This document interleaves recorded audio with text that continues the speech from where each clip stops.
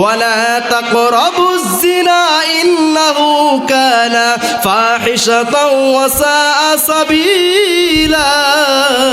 তোমরা জিনার নিকটবর্তী হয়ো না, কারণ ওইটা হলো সবচেয়ে নিকৃষ্ট মন্দ পথ। বলেন নাউজুবিল্লাহ। আমার বন্ধুগণ, আমার ভাইরা রে, এ যুবক ভাইরা রে, জিনা করলে উপায় নাই, উপায় নাই, বেঁচে থাকার কোনো উপায় নাই। বিবাহিত পুরুষ, বিবাহিত মহিলা যদি জিনা করে, ইসলামী আইন অনুযায়ী, ইসলামী শাসন অনুযায়ী, কোরআনের আইন অনুযায়ী বুক পর্যন্ত পুঁতে রেখে মাটির মধ্যে পাথর মেরে মেরে মেরে ফেলতে হবে, বাঁচার কোনো অধিকার নাই। অবিবাহিত পুরুষ, অবিবাহিত মহিলা যদি জিনা করে, 100টা বেতের বাড়ি মেরে 1 বছরের জন্য এলাকা থেকে তাড়িয়ে দিতে হবে। কত কঠিন শাস্তি, মান সম্মান থাকবে? এই জিনা ব্যভিচার জঘন্যতম অপরাধ। এই ব্যভিচার করত হযরত লূত আলাইহিস সালামের কওমের লোকেরা। তারা ছিল সমকামী, পুরুষে পুরুষে জিনা করত। নাউজুবিল্লাহ বলেন। বিশ্বনবী মুহাম্মদুর রাসূলুল্লাহ সাল্লাল্লাহু আলাইহি ওয়াসাল্লাম বলেন, আমি রাতের বেলায় স্বপ্ন দেখলাম, কলসের মতো একটা গর্ত, উপর দিকে চিকুন, নিচের দিকে প্রশস্ত। আগুন যখন উপর দিকে ওঠে, ওই কলসের মতো গর্তের মধ্যে অনেকগুলো মানুষ আছে। সেই মানুষগুলো উলঙ্গ আছে, সেই মানুষগুলো উলঙ্গ, নারী ও পুরুষ, বৃদ্ধ আছে, সেই মানুষগুলো যুবকও আছে, যুবতীও রয়েছে, অনেকগুলো আছে। আমি জিব্রাইলকে বললাম, জিব্রাইল এরা কারা? বললেন, ইয়া রাসূলুল্লাহ সাল্লাল্লাহু আলাইহি সাল্লাম, যারা জিনা করত দুনিয়াতে, মরার পরে তাদেরকে শাস্তি দেওয়া হচ্ছে। মৃত্যু থেকে কবর থেকে শুরু করে কিয়ামত পর্যন্ত শাস্তি দেওয়া হবে। বলেন নাউজুবিল্লাহ।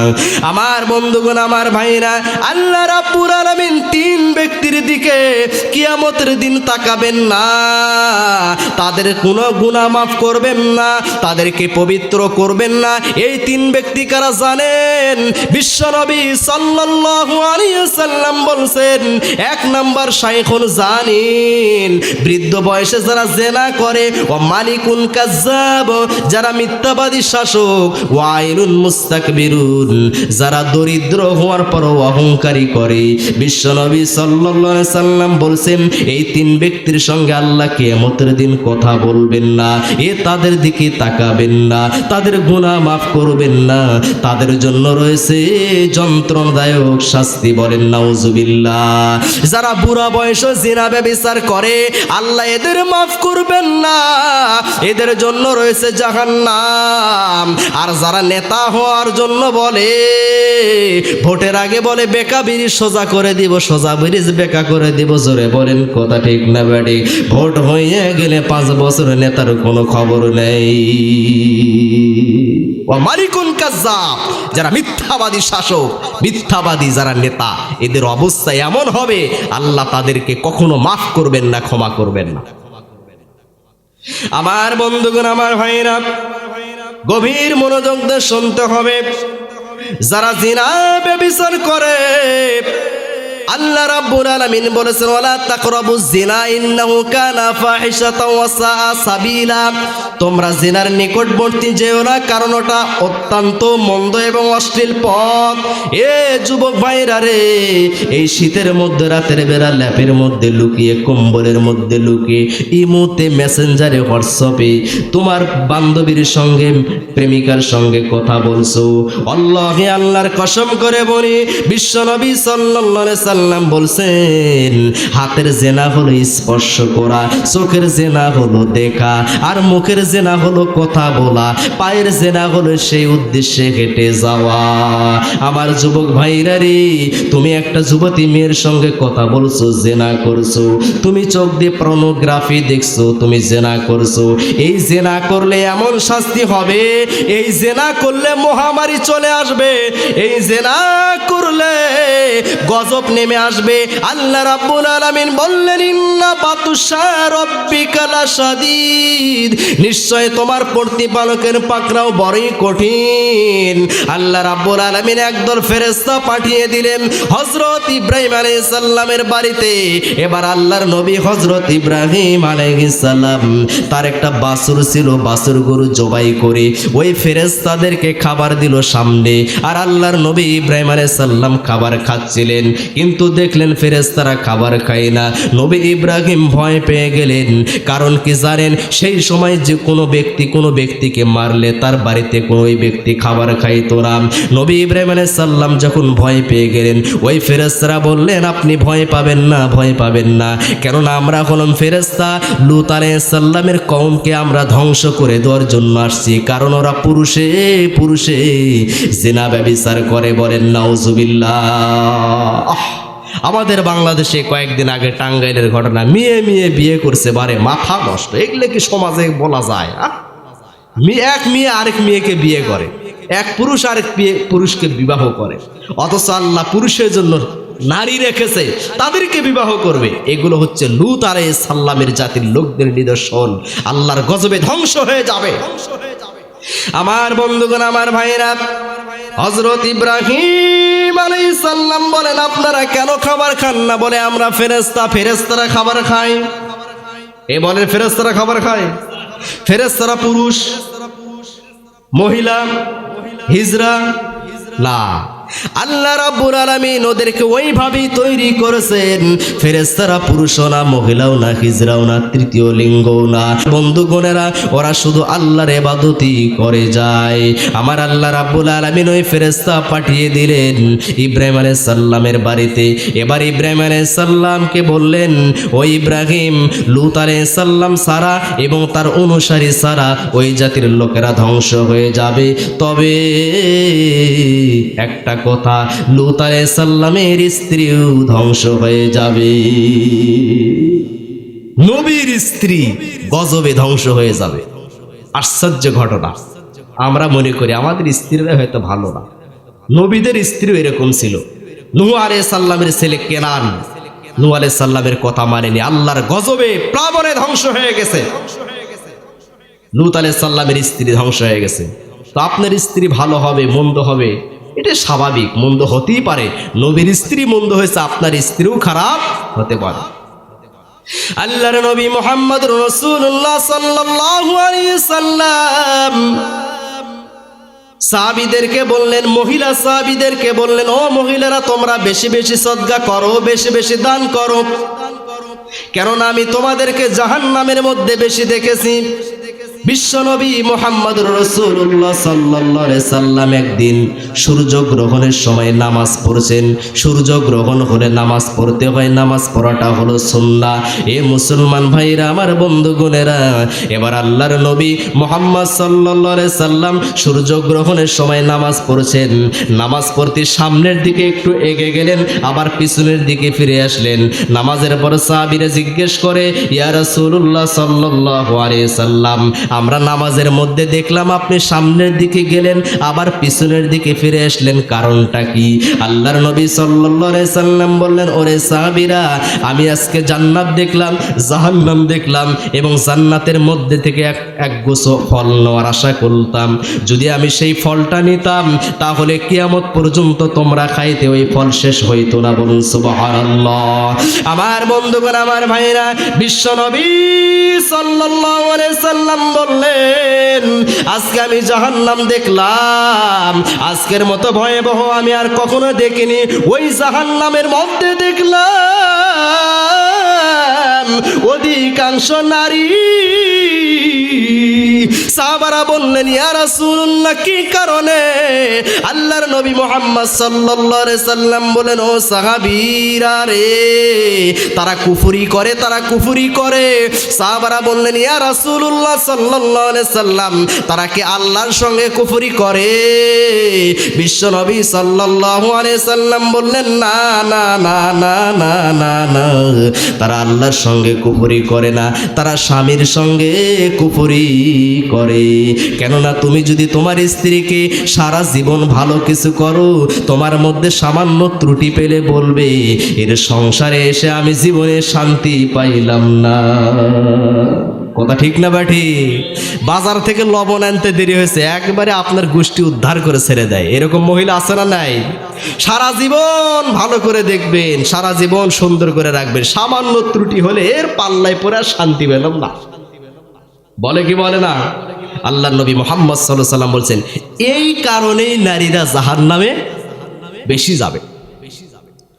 এ মুসলমান ইমানদার আল্লাহর গোলাম ও মা বোনেরা, খুব মনোযোগ দিয়ে সহকারে শুনবেন। হযরত আনাস রাদিয়াল্লাহু তাআলা আনহু তিনি বলেন, মদিনার আনসারীদের মধ্যে এক আনসারীর উট ছিল, সেই উট দিয়ে পানি সেচ করত। উটের শরীরে পানি বোঝাই করে নিয়ে খেজুরের বাগানে, আঙ্গুরের বাগানে দিত। এমন একটা সময় এসে গেল, সেই উটটা উটের কাছে যাইতে দেয় না, পানি উবাতে দেয় না। বিশ্বনবী সাল্লাল্লাহু আলাইহি সাল্লামকে বলা হলো, ইয়া রাসূলুল্লাহ, এই উটটা নিয়ে আমরা পানি উবাই, এই উটটা নিয়ে আমরা পানি বহন করি, এই উটটা নিয়ে আমরা পানি বহন করে আঙ্গুর খেতে দেই, খেজুর খেতে দেই, কিন্তু ঘটনা হলো উটের কাছে উট যাইতে দিতেছে না। ইয়া রাসূলুল্লাহ সাল্লাল্লাহু আলাইহি সাল্লাম, আমরা কি করব? বিশ্বনবী সাল্লাল্লাহু আলাইহি সাল্লাম বললেন, চলো আমরা উটের কাছে যাই। বাগানের মধ্যে বিশ্বনবী মুহাম্মদুর রাসূলুল্লাহ সাল্লাল্লাহু আলাইহি সাল্লাম বাগানের মধ্যে ঢুকলেন। ঢুকে দেখে উট বাগানের এক কোণায় দাঁড়িয়ে আছে। আল্লাহর নবী যখন যাইতে লাগলেন উটের কাছে, সাহাবীরা বললেন, ইয়া রাসূলুল্লাহ সাল্লাল্লাহু আলাইহি সাল্লাম, আপনি উটের কাছে যায়েন না, কেননা ওই উটটা পাগলা কুকুরের মতো হয়ে গেছে, আপনার কোনো ক্ষতি করবে। বিশ্বনবী সাল্লাল্লাহু আলাইহি সাল্লাম বললেন, ওরে সাহাবীরা রে,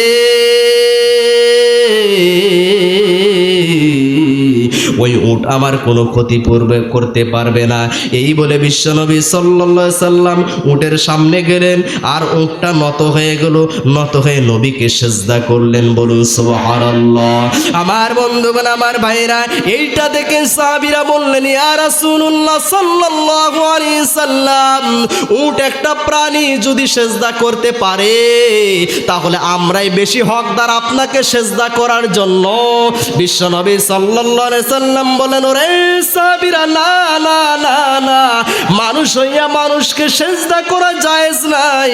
যদি থাকতো তাহলে মহিলাদেরকে বলতাম, তোমরা তোমার স্বামীদেরকে সিজদা করো।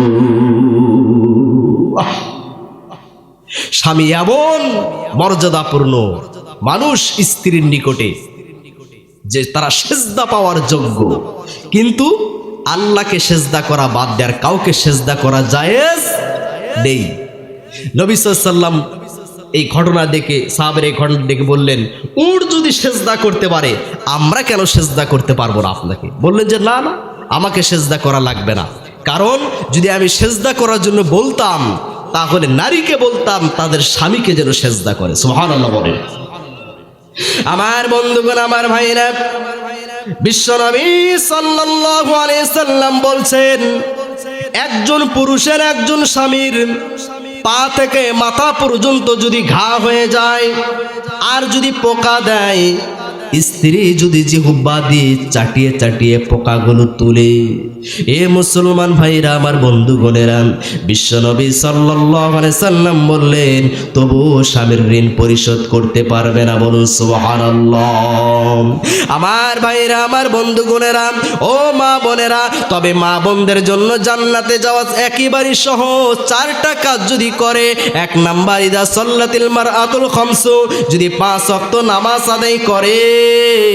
এ মুসলমান ইমানদার আল্লাহর গোলাম, কোন মহিলা যদি 5 ওয়াক্ত নামাজ আদায় করে, রমজান মাসের সিয়াম পালন করে, রোজা পালন করে, আর যদি নিজের স্বামীর খেজমত করে, কি করে? নিজের স্বামীর খেজমত করে, নিজের চরিত্র হেফাজত করে, পর্দার মধ্যে থাকে, পর্দাপোশীদের মধ্যে থাকে, বিশ্বনবী সাল্লাল্লাহু আলাইহি সাল্লাম বলছেন, ওই মহিলার জন্য জান্নাতের 8টি দরজা খুলিয়ে দেওয়া হবে। বলুন সুবহানাল্লাহ। মা বোনদের বেশি কাজ করা লাগবে না। যদি 5 ওয়াক্ত নামাজ পড়ে, রমজান মাসের রোজা রাখে, স্বামীর খেজমত করে, আর যদি পর্দার মধ্যে থাকে, যদি তার নিজের চরিত্র হেফাজত করতে পারে, লজ্জাস্থানের যদি হেফাজত করে, বিশ্বনবী সাল্লাল্লাহু আলাইহি সাল্লাম বলেছেন জান্নাতের 8টি দরজা ওই মহিলার জন্য খুলে দেওয়া হবে। বলুন সুবহানাল্লাহ। আমার বন্ধুগণ, আমার ভাইরা রে, খুব মনোযোগ সহকারে শুনতে হবে, তাহলে মহিলাদের জন্য জান্নাতে যাওয়া সহজ। জুড়ে বলেন সহজ কি সহজ না? সহজ। আল্লাহর নবী সাল্লাল্লাহু আলাইহি সাল্লাম মহিলাদের ব্যাপারে এইটুকু বলেছেন। আমার বন্ধুগণ, আমার ভাইরা রে, আল্লাহ রাব্বুল আলামিনের নবী হযরত ইব্রাহিম আলাইহিস সালামের কাছে ওই ফেরেশতারা বললেন লূত আলাইহিস সালামের স্ত্রী ধ্বংস হয়ে যাবে, লূত আলাইহিস সালাম বেঁচে যাবে, তারা যাকে মেনেছে তারা তার বেঁচে যাবে। যাওয়ার সময় বলে গেলেন, ও ইব্রাহিম, তোমার স্ত্রী যে বৃদ্ধা হয়ে গেছে, ওই স্ত্রীর একটা সন্তান হবে, নাম হবে হযরত ইসহাক আলাইহিস সালাম। ওই ইসহাকের আরেকটি সন্তান হবে, নাম হবে হযরত ইয়াকুব আলাইহিস সালাম। বলুন সুবহানাল্লাহ। বুঝতে পারছেন? আল্লাহর নবী ইব্রাহিম আলাইহিস সালামকে বললেন, ইব্রাহিম, তোমার স্ত্রী বৃদ্ধা, বয়স্ক হয়ে গেছে, তোমার স্ত্রীর সন্তান হবে, তোমার স্ত্রীর সন্তান হবে।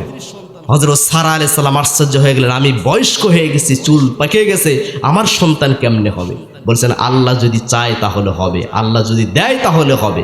তাহলে সন্তান দেওয়ার মালিক কে? জোরে বলেন, সন্তান দেওয়ার মালিক কে? আমার বন্ধুগণ, আমার ভাইরা, আল্লাহ তাআলা পবিত্র কোরআনে বলেছেন, ইয়াহাবু লিমান ইয়াশাউ ইনাসা ওয়া ইয়াহাবু লিমান ইয়াশাউ যুকুর। আমি আল্লাহ যাকে চাই কন্যা সন্তান দান করি, আমি আল্লাহ যাকে চাই পুত্র সন্তান দান করি।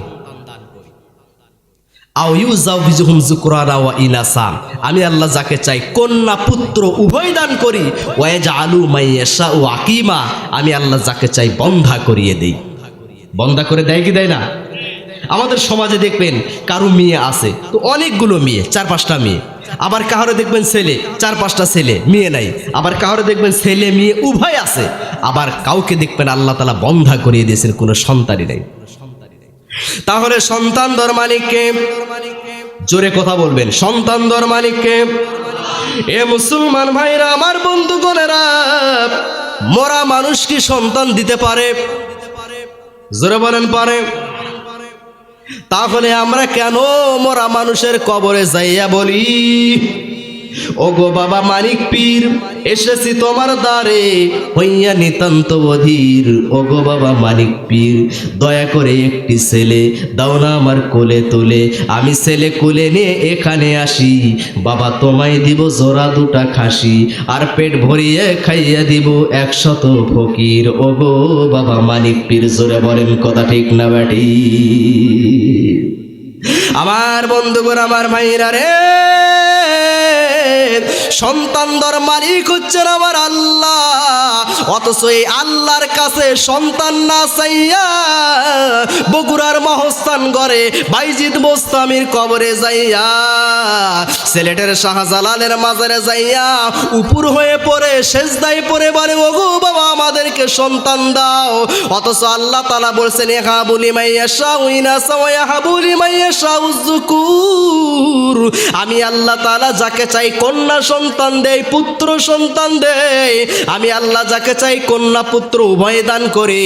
আমি আল্লাহ যাকে চাই বন্ধা করিয়ে দেই। এ মুসলমান ইমানদার, আল্লাহর গোলাম, যারা আল্লাহর কাছে চাওয়া বাদ দিয়ে মরা মানুষের নিকটে চায়, তাদের ব্যাপারে সূরা ফাতিরের 13 নম্বর আয়াতে আল্লাহ তাআলা বলেন, ওয়াল্লাযীনা তাদউনা মিন দুনিহি মা ইয়ামলিকুনা মিন কিতমির। তোমরা আল্লাহকে বাদ দিয়া যাদেরকে ডাকো, তারা খেজুরের আটির উপরে লাল যে পর্দা আছে, পর্দারও মালিক নয়। খেজুর তো খাইছেন, খান নাই? খেজুরের আটির উপর লাল পর্দা আছে না, আল্লাহ তাদের সম্পর্কে বলছেন, তারা এই খেজুরের আটির উপর যে লাল পর্দা আছে, লাল পর্দারও মালিক নয়। তো তারা আপনাকে সন্তান দিবে কেমনে? মরা মানুষ সন্তান দিতে পারে? জোরে বলেন পারে? মরা মানুষ তো অসহায়, আপনি দোয়া করবেন, ওই মহস্থান যে দোয়া করবেন সুলতানের জন্য, সুলতান কবরে শুয়ে আছে, সে কিছু উপকার পাবে, কিন্তু ওই কবরে শায়িত ব্যক্তি আপনার কোনো উপকার অপকার কিছুই করতে পারবে, কিছুই করতে পারবে না। আমার বন্ধুগণ, আমার ভাইয়েরা রে, খুব মনোযোগ সহকারে শুনতে হবে। এ মুসলমান ইমানদার আল্লাহর গোলাম, আজ আমাদের বাংলাদেশে এমন পরিস্থিতি হয়ে গেছে, নিজের বাবাকে ভাত দেয় না, মাকে ভাত দেয় না, বাবার দরবারে মুরগি নিয়ে যায়, গরু নিয়ে যায়, খাসি নিয়ে যায়। কথা ঠিক না ব্যাঠিক? জোরে কোন কথা ঠিক না ব্যাঠিক? এ মুসলমান ইমানদার আল্লাহর গোলাম, বাবার দরবারে যায়, এইটা চাই ওইটা চাই, অথচ আল্লাহ বলছেন এরা খেজুরের আটির উপর লাল পর্দারও মালিক নয়। এ ভাইরা, আমার বন্ধুগণেরা, নিজের পিতা মাতাকে ভাত দেয় না, নিজের পিতা মাতার সেবা যত্ন করে না। আমার বন্ধুগণ, আমার ভাইরা, গভীর মনোযোগ দিয়ে শুনতে হবে। নিজের পিতা মাতার ব্যাপারে আল্লাহ তাআলা পবিত্র কোরআনে সূরা বানী ইসরাঈলের 23 এবং 24 নম্বর আয়াতে বলেন, ওয়াকাযা রাব্বুকা আল্লা তা'বুদু ইল্লা ইয়্যাহু ওয়া বিল ওয়ালিদাইনি ইহসানা। আর আমি নির্দেশ দিচ্ছি তোমরা আমার ইবাদত করো, পিতা মাতার সঙ্গে সদ্ব্যবহার করো। ইম্মা ইয়াবলুগান্না ইনদাকাল কিবরা আহাদুহুমা আও কিলাহুমা ফালা তাকুল লাহুমা উফফিন ওয়া লা তানহারহুমা ওয়া কুল লাহুমা কাওলান কারীমা ওয়াখফিজ লাহুমা জানাহুয যুল্লি মির রাহমাতি ওয়া কুর রাব্বিরহামহুমা কামা রাব্বায়ানি সগীরা। তোমার জীবিত দশায় তোমার মা এবং তোমার বাবা যদি বৃদ্ধ এবং বৃদ্ধা হয়ে যায়, দুইজনের মধ্যে একজনকে যদি বৃদ্ধ অবস্থায় পাও, বৃদ্ধ অবস্থায় পাও, তাহলে তাদের সঙ্গে সম্মানজনক কথা বলো। এমন কথা বলো না যেই কথা শুনে তারা মনে কষ্ট পাবে, উহু শব্দ বলবে, এবং তাদেরকে দয়ার হাত প্রসারিত করে দাও এবং তাদের জন্য দোয়া করো, রব্বির হামহুমা কামা রব্বায়ানি সগীরা। আল্লাহ শিক্ষা দিলেন তোমার মা বাবার জন্য তুমি দোয়া করো, রব্বির হামহুমা কামা রব্বায়ানি সগীরা। হে আল্লাহ, শৈশবে তারা আমাদেরকে যেভাবে লালন পালন করেছে সেইভাবে তুমি তাদেরকে লালন পালন করো। কেননা পিতামাতার ঋণ আমরা পরিশোধ করতে পারবো? নিজের শরীরে চামড়া দিয়ে জুতা বানিয়ে দিলে মায়ের ঋণ শোধ হবে না। আপনার শরীরে যে রক্ত বইছে, আল্লাহ সুবহানাহু 2 নম্বর আয়াতে বলেন, ইন্না খলাকনাল ইনসানা মিন নুতফাতিন আমশাজ। আমি আল্লাহ তাআলা মানুষকে তৈরি করেছি মিলিত শুক্রাণু থেকে। মায়ের বীর্য বাপের বীর্য এক করে মিক্সার করে আল্লাহ তাআলা তৈরি করেছেন। এ মুমিন মুসলমান ভাইরা, আমার বন্ধুগণেরা, ওই মা বাবাকে যারা কষ্ট দেয়, মা বাবাকে যারা ভাত কাপড় দেয় না, মা বাবার যারা সেবা যত্ন করে না, তাদের মতো কপাল পরা দুনিয়াতে আর একটাও নাই। কারণ কি তা জানেন? এক সাহাবী এসে আল্লাহর নবী সাল্লাল্লাহু আলাইহি সাল্লামকে বললেন, ইয়া রাসূলুল্লাহ সাল্লাল্লাহু আলাইহি সাল্লাম, আমি জিহাদ করতে চাই, আমি জিহাদ করতে চাই। আল্লাহর নবী সাল্লাল্লাহু আলাইহি সাল্লাম বললেন, তোমার মা বাবা কি জীবিত আছে? সাহাবীটা বললেন, ক্বালা নাম, সিহা মা বাবা জীবিত আছে। আল্লাহর নবী সাল্লাল্লাহু আলাইহি সাল্লাম বললেন, ফাবির রহা ইজা, তুমি তোমার মা বাবার মাঝে জিহাদ করো। মানে মা বাবার মাঝে তুমি সংগ্রাম করো, চেষ্টা করো সুখে রাখার জন্য। গভীর মনোযোগ দিয়ে শুনতে হবে।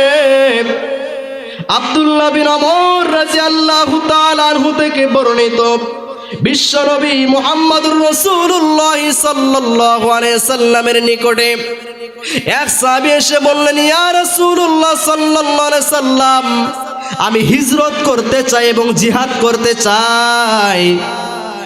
আমি আল্লাহর নিকট সওয়াব কামনা করি, হিজরত করে জিহাদ করে সওয়াব কামনা করি আল্লাহর নিকটে। জিহাদ করতে চায়, হিজরত করতে চায়। নবী সাল্লাল্লাহু আলাইহি সাল্লাম বললেন, তোমার মা তোমার বাবা জীবিত আছে কি? সাহাবীটা বললেন, ক্বালা নাম বাল কিলাহুমা, জি গা, মা জীবিত আছে, বাবাও জীবিত আছে। বিশ্বনবী সাল্লাল্লাহু আলাইহি সাল্লাম বললেন, ফাতাবতাগি আজরা মিনাল্লাহ, তুমি কি আল্লাহর নিকট সওয়াব কামনা করো? সাহাবীরা বললেন, ইয়া রাসূলুল্লাহ, জি হ্যাঁ, আমি আল্লাহর নিকট সওয়াব কামনা করি। বিশ্বনবী সাল্লাল্লাহু আলাইহি সাল্লাম বললেন, ওরে সাহাবী, যাও যাও যাও, তুমি তোমার মা বাবার সঙ্গে সৎভাবে বসবাস করো, বলুন সুবহানাল্লাহ। আরেকটা হাদিস শুনি। মুআবিয়া বিন জাহিমা রাদিয়াল্লাহু তাআলা আনহু নবীর একজন সাহাবী, নবী সাল্লাল্লাহু আলাইহি সাল্লামকে এসে বললেন, ইয়া রাসূলুল্লাহ সাল্লাল্লাহু আলাইহি সাল্লাম, আমি জিহাদ করতে চাই, তাই আমি আপনার নিকট পরামর্শ নিতে এসেছি। আল্লাহর নবী সাল্লাল্লাহু আলাইহি সাল্লাম বললেন, ফাকালা হাল্লাকা মিন উম্মিন, তোমার মা জীবিত আছে কি? সাহাবীটা বললেন, জি হ্যাঁ, মা জীবিত আছে। আল্লাহর নবী সাল্লাল্লাহু আলাইহি সাল্লাম বলেন, ওরে সাহাবী,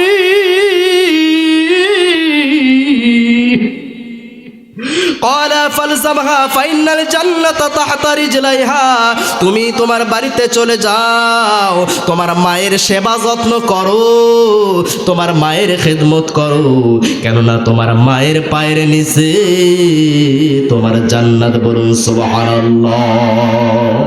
এ যুবক ভাইরা রে, এই মা বাবাকে বাড়ির মধ্যে কুঠুরির মধ্যে রেখে, মা বাবাকে ভাত না দিয়া, তিন কোতার সাথী পাইয়া তুমি তোমার মাকে ভুলে গেছো, বাবাকে ভুলে গেছো। নতুন স্ত্রী পাইয়া মাকে ভুলে গেছো, বাবাকে ভুলে গেছো। অনেক মানুষ রয়েছে নিজের মা বাবাকে ভাত কাপড় দেয় না, কিন্তু পীরের দরবারে যাইয়া নজরানা দেয়। জোরে বলেন কথা ঠিক না বেঠিক? আমার নানার বাড়ি এলাকায় আমি দেখেছি এমন মানুষ আছে, নিজের মা বাবাকে ভাত দেয় না, কিন্তু মাজারে নিয়ে যাইয়া বাবার দরবারে মহিষ কুরবানি দেয়। আছে না নাই?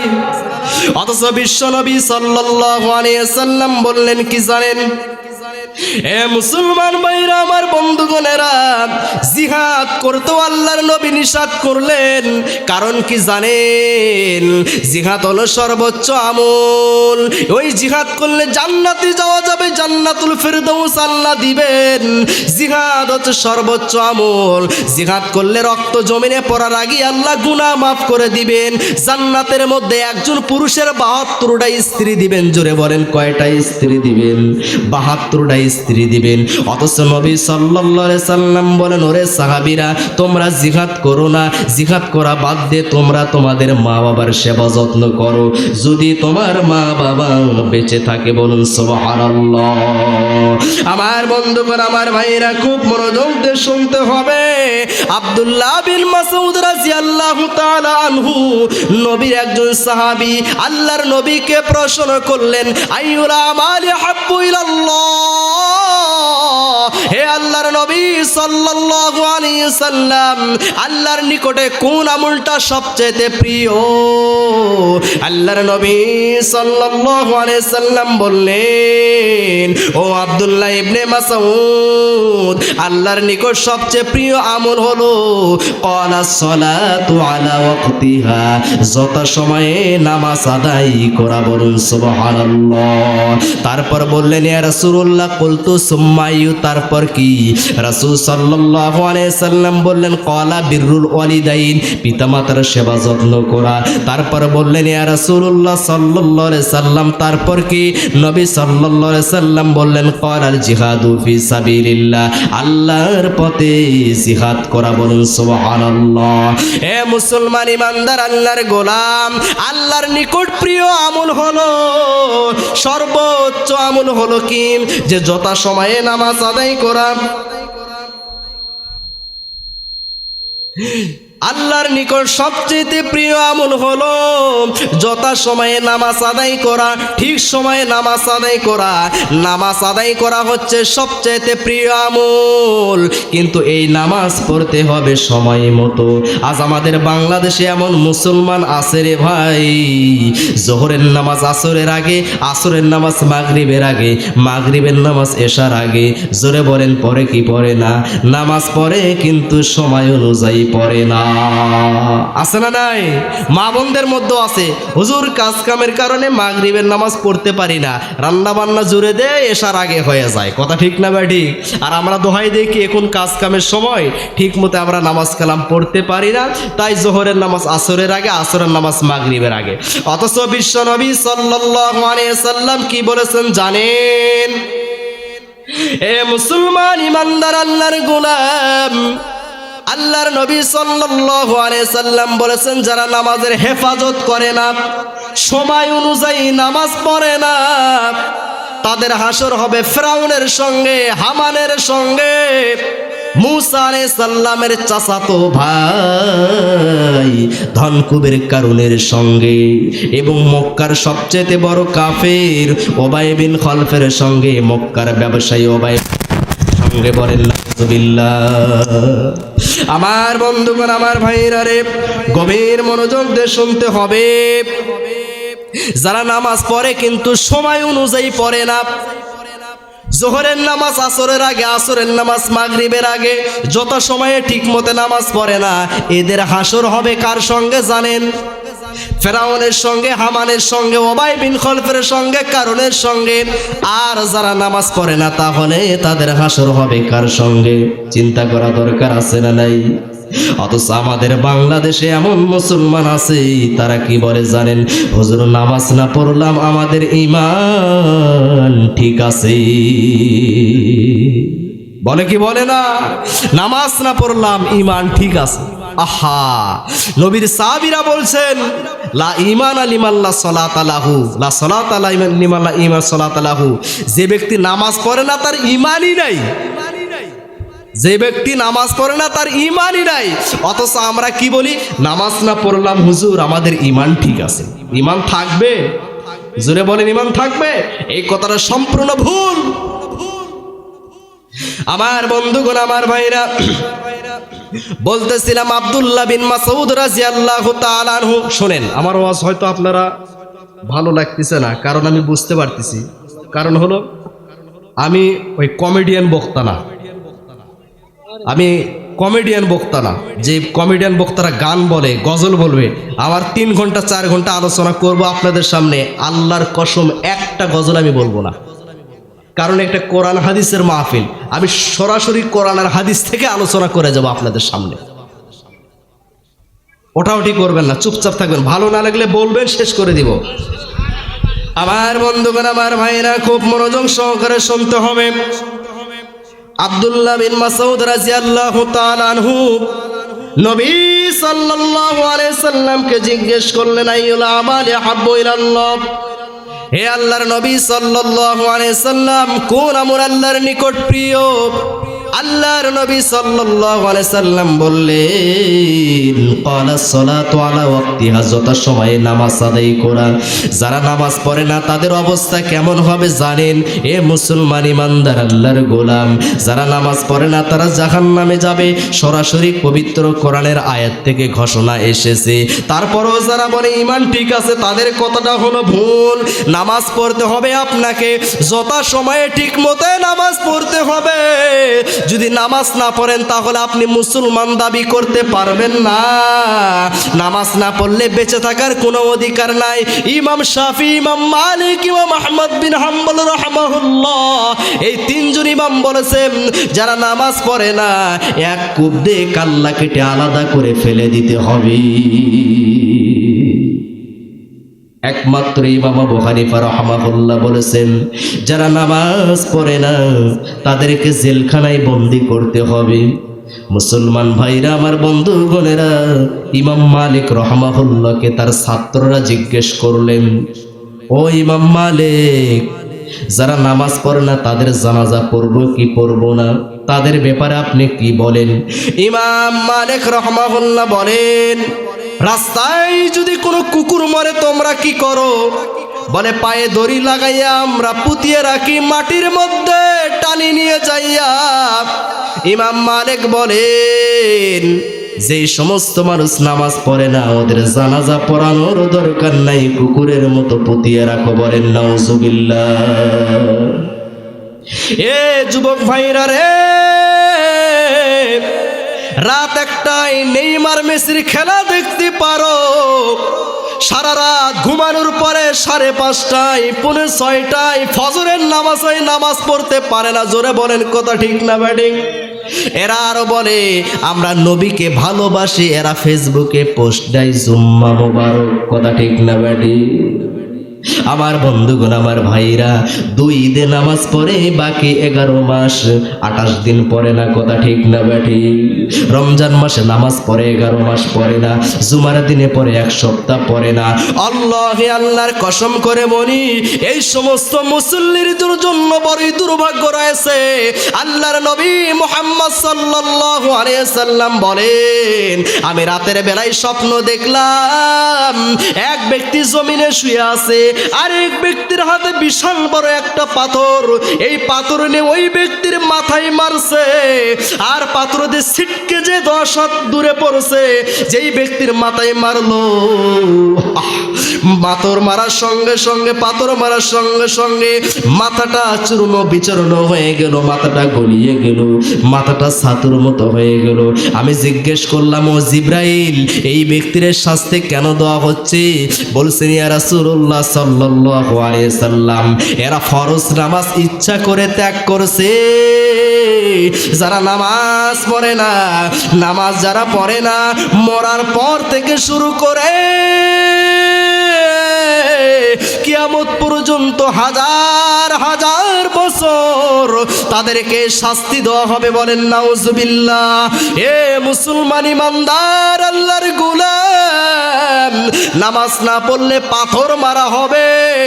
আজ আমাদের বাংলাদেশে এমনও মুসল্লি আছে, ভোটের আগে নামাজ পড়ে, ভোটের পরে পড়ে না। এরকম নেতা আছে না নাই? বিয়ার বৈঠকে পড়ে, বিয়ার বৈঠক থেকে চলে গেলে নামাজ পড়ে না, জামাই বেরিয়ে গেলে পড়ে, আর জামাই বাড়ি থেকে বাড়িতে আসলে পড়ে, তাছাড়া আর পড়ে না। জোরে বলেন কথা ঠিক না ব্যাটি? এরা মুসল্লি নয়। আপনি 1 সপ্তাহের মধ্যে 1 ওয়াক্ত নামাজ পড়বেন, 34 ওয়াক্ত নামাজ ইচ্ছা করে ত্যাগ করবেন, আজান হওয়ার পরে মসজিদে যাবেন না। এই আইন কোথায় পাইছেন? 1 ওয়াক্ত নামাজ পড়ে নিজেকে মুসলমান দাবি করতে পারেন? সর্বপ্রথম কি বললাম? মুসলিম মানে কি আত্মসমর্পণকারী, স্যালেন্ডারকারী। কোন মুসলমান নিজের ইচ্ছায় চলতে পারে? আজান শোনার পর ঘরের মধ্যে সিরিয়াল দেখবা, আজান শোনার পরে ঘরের মধ্যে তুমি খেলা দেখবা, আজান শোনার পরে তুমি কাজ করবা, আল্লাহে আল্লাহর কসম, সে কখনো মুসলিম হতে পারে না। যদি নরমাল ফতোয়া ইমাম আবু হানিফা রাহিমাহুল্লাহর ফতোয়াও নেই, তারপরও জেলখানার বন্দিযোগ্য আপনি যারা নামাজ পড়ে না। আমার বন্ধুগণ, আমার ভাইরা, আল্লাহর নবী সাল্লাল্লাহু আলাইহি সাল্লামের সাহাবী জাবের রাদিয়াল্লাহু তাআলা আনহু বলেন, বাইনার রাজিল ওয়া বাইনাশ শিরকি ওয়াল কুফরি তারাকুস সালাহ। কাফের এবং মুসলমানদের মধ্যে পার্থক্য হলো নামাজ। হিন্দু নামাজ পড়ে না, মুসলমান নামাজ পড়বে, কথা ঠিক না ব্যাটিক? খ্রিস্টান নামাজ পড়ে না, মুসলমান নামাজ পড়বে। বৌদ্ধ নামাজ পড়ে না, মুসলমান নামাজ পড়বে। ইহুদি নামাজ পড়ে না, মুসলমান নামাজ পড়বে। এখন এমন একটা দল বাহির হয়েছে, বলে সেজদা দেওয়ার জায়গা না। বলে কি বলে না? নামাজ পড়বো কোন জায়গায়? শয়তান সারা দুনিয়া সেজদা দিয়ে নাপাক করে ফালিয়ে দিয়েছে। জোরে বলেন কথা ঠিক না ব্যাটি? এদের কপালে কিছু দরকার আছে, মানে এদেরকে কিছু করা দরকার। বললাম নারমাইকে, বুঝে নিয়েন আপনারা। এরা বলে সেজদা দেওয়ার জায়গা নাই, অথচ নবী মুহাম্মদ সাল্লাল্লাহু আলাইহি সাল্লাম বলছেন, 2 জায়গা ছাড়া আমার উম্মতের জন্য সারা পৃথিবী মসজিদ, বলুন সুবহানাল্লাহ, সেজদা দেওয়ার জায়গা। সেই 2 জায়গা কি জানেন? একটা হলো গোসলখানা, আর একটা হলো কবরস্থান। গোসলখানা আর কবরস্থান। অথচ আমরা মুসলমান সেই কবরস্থানে যে সেজদা দেই, অথচ মসজিদে যে সেজদা দেই না। কথা ঠিক না ব্যাটি? মহস্থান এক সাংবাদিক এক যুবক ভাইকে প্রশ্ন করছে, আপনি এখানে কেন আসছেন? সেজদা দেওয়ার ওঠার পরেই প্রশ্ন করছে, বলছে যে এখানে 6 বছর হলে আমি পাক পারি, 6 বছর হলে আমি এখানে আসি, চাকরির জন্য চাকরি হচ্ছে না। নামাজ পড়ে না কিন্তু কবরে যে সেজদা দিচ্ছে। হিন্দু সেজদা দেয়, মুসলমানও সেজদা দেয়, অথচ মসজিদে যে সেজদা দেওয়া লাগবে, আল্লাহকে সেজদা দেওয়া ছাড়া অন্য কাউকে সেজদা দেওয়া জায়েজ নাই। ভারতের প্রথম প্রধানমন্ত্রী পণ্ডিত জওহরলাল নেহেরু যখন খাজা মঈনুদ্দিন চিশতি রহমাহুল্লাহর মাজারে গিয়েছে, তখন যে দেখছে যে মুসলমানরা কবরে সেজদা দিচ্ছে, তখন খাজা মঈনুদ্দিন চিশতি রহমাহুল্লাহর মাজারে এই ঘটনা ডেকে পণ্ডিত জওহরলাল নেহেরু, হিন্দু ভারতের প্রথম প্রধানমন্ত্রী, সে বলে হাম মুসলিম ভাই ভাই, হাম और मुस्लिम में कोई तौफात नहीं है, क्योंकि हम बुत पूजा करते हैं मिट्टी के बनाकर, और मुस्लिम आदमी নামাজ আদায় করা, নামাজ পড়া।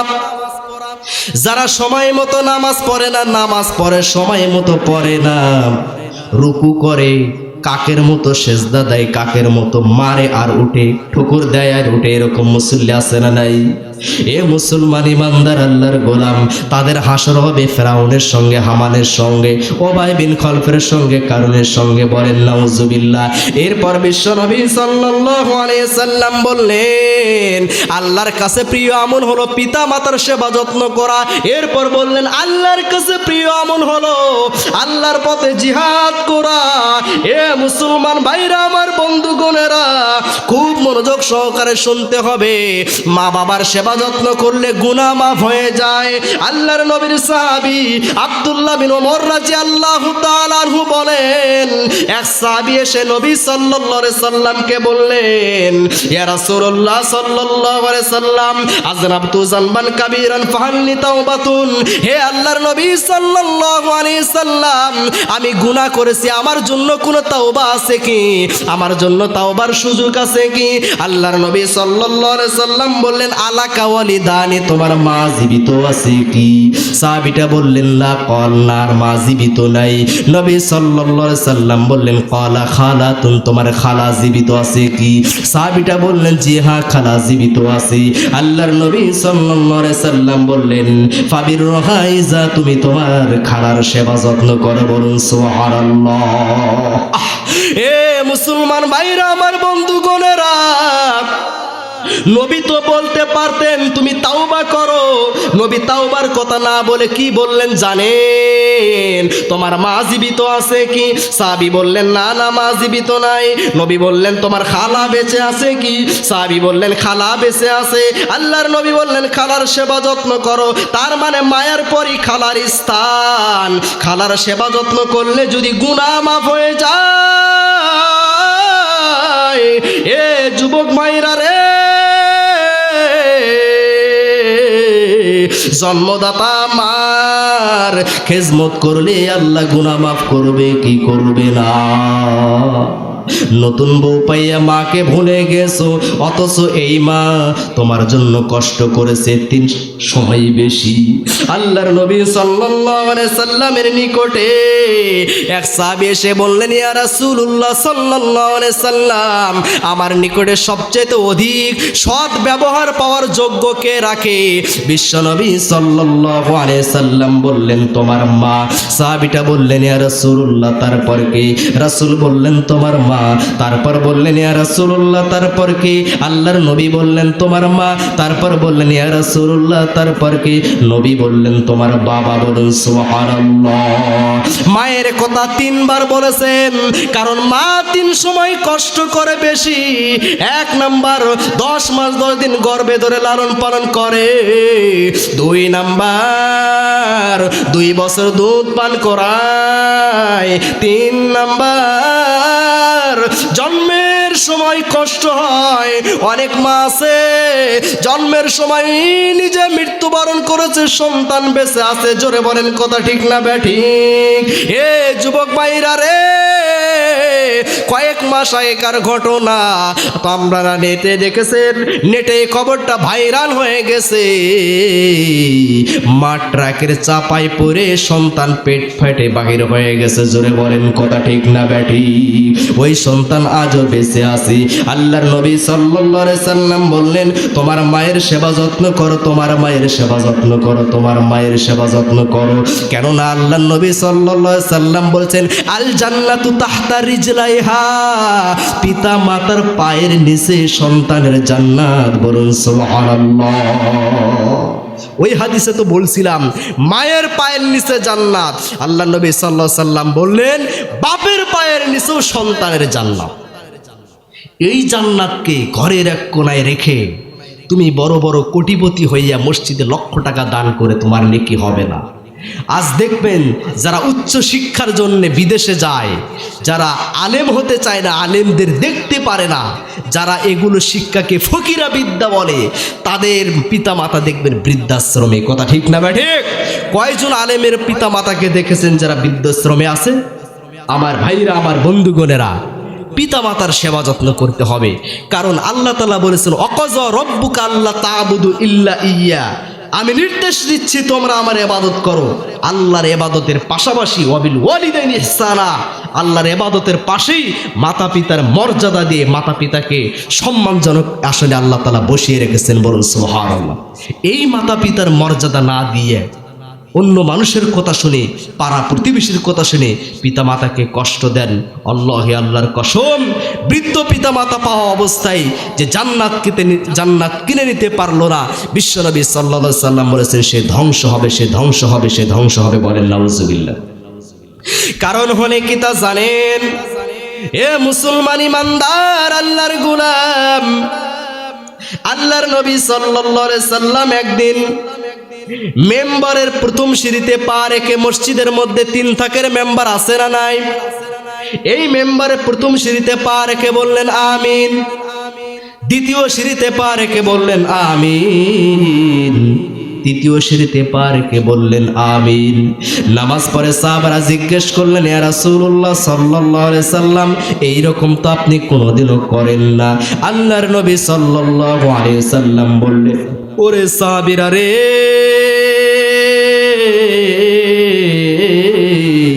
আমি যখন প্রথম সিঁড়িতে পা রাখলাম, জিবরাইল আলাইহিস সালাম আমাকে এসে বললেন ইয়া রাসূলুল্লাহ সাল্লাল্লাহু আলাইহি সাল্লাম, যে ব্যক্তি নিজের পিতামাতা বৃদ্ধ অবস্থায় পাইল কিন্তু জান্নাত কিনে নিতে পারলো না, সেই ব্যক্তি ধ্বংসক। আমি বললাম আমিন, কবুল হোক।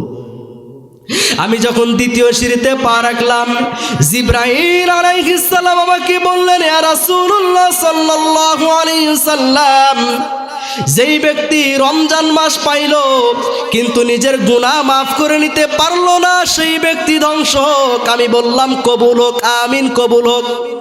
তৃতীয় সিঁড়িকে যখন পা রাখলাম, জিবরাইল আলাইহিস সালাম বললেন ইয়া রাসূলুল্লাহ সাল্লাল্লাহু আলাইহি সাল্লাম, সেই ব্যক্তি ধ্বংস হোক যেই ব্যক্তি আপনার নাম শুনলো কিন্তু সাল্লাল্লাহু আলাইহি সাল্লাম দরুদ পড়লো না, সেই ব্যক্তি ধ্বংস হোক। আমি বললাম আমিন, কবুল হয়ে যাক। মুসলমান ভাইরা, আমার বন্ধুগণেরা, মা বাবা যদি বৃদ্ধ হয়ে যায়, জান্নাত যদি নিতে না পারেন, এর চাইতে বড় অভাগা কপাল আর দুনিয়াতে আর কারো নাই। জোরে বলেন কথা ঠিক না ব্যাঠিক? এটা একটা অফার আল্লাহ তাআলা সুযোগ দিয়েছেন। বৃদ্ধ পিতামাতা পাইলে তাদেরকে ভালো মন্দ খাইয়ে তাদেরকে সুন্দর পোশাক পরিয়ে তাদেরকে সুখে শান্তিতে রাখবেন। এমন কাজ করবেন না ফুসলাইয়া ভালো মন্দ খাওয়াইয়া জমিগুলো লিখে নেয়। এরকম পিতা মাতার সন্তান আছে না নাই? এরকম সন্তান আছে না নাই? এরকম স্বার্থবাদী সন্তান হওয়া যাবে না। আপনার মা যখন আপনাকে গর্ভে ধারণ করেছে, কোনো স্বার্থ নিয়ে গর্ভে ধারণ করেনি। জোরে বলেন কথা ঠিক না ব্যাঠিক?